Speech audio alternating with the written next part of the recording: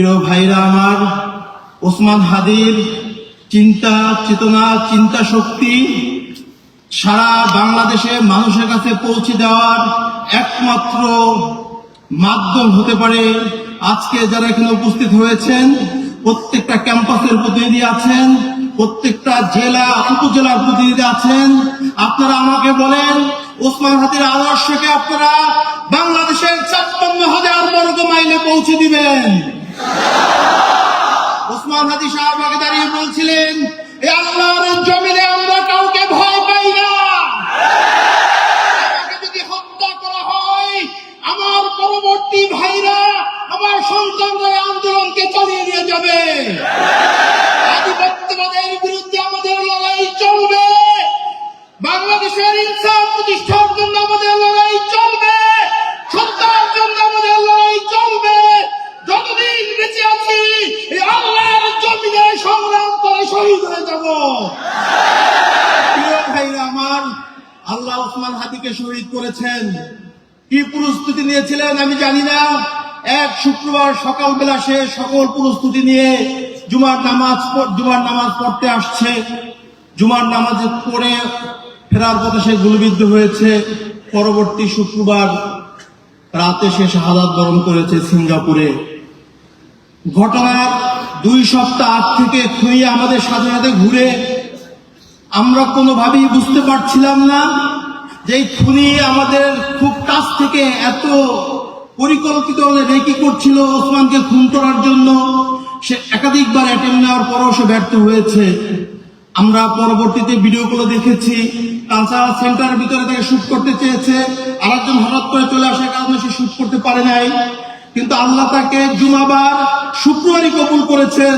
এই জন্য খুনি শুক্রবার তাকে শুট করে সফল হয়েছেন। প্রিয় ভাইরা আমার, আমি আর কাঁদতে চাই না। পরিবারের দিকে তাকিয়ে আমার ছোট বোন ভাইদের আহাজারি আর দেখতে চাই না। আমি আপনাদের কাছে একটাই দাবি জানাতে চাই, ২-৩টা ইস্যুকে সামনে রেখে এই দাবি যদি আপনারা বাস্তবায়ন করতে না পারেন, এই বাংলাদেশের স্বাধীনতা সার্বভৌমত্ব আছে বলে আমরা মনে করি না। যে স্বাধীন বাংলাদেশে আল্লামা দেলোয়ার হোসেন সাঈদীর সাক্ষীকে ভারতের কারাগারে পাওয়া যায়, যে ওসমানের খুনি করার ৬ ঘন্টার ভিতরে বাংলাদেশ পার করে যায়, এই দেশের স্বাধীনতা সার্বভৌমত্ব আছে বলে আমি বিশ্বাস করি না।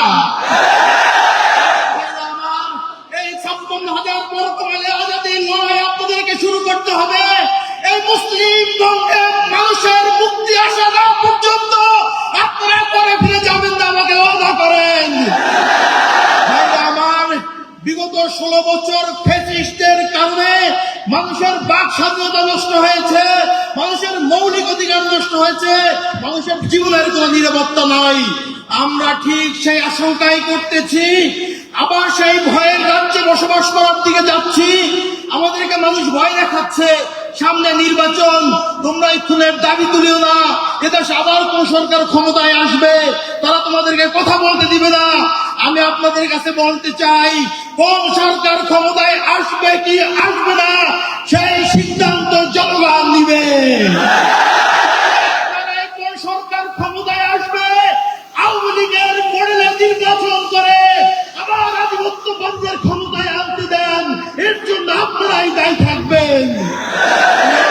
আমার ওসমান হাদির ভাই হিসেবে বলতে চাই নাই, একজন সহযোদ্ধা হিসেবে বলতে চাই, আগামীর বাংলাদেশ কিভাবে নির্মাণ হবে সেই সিদ্ধান্ত আপনাদেরকে নিতেই হবে। আপনারা যদি এখান থেকে পিছপা হন, কোন ধরনের আঘাত করতে চান, পার্শ্ববর্তী রাষ্ট্র হোক, বাংলাদেশের মধ্যে ডিপ স্টেট হোক, কারোর সাথে যদি আপনারা আঘাত করে আবার এদেশে ফাঁসিবাদ কায়েম করতে যদি সহযোগিতা করেন, আল্লাহর কাছে আপনারা দায়ী থাকবেন।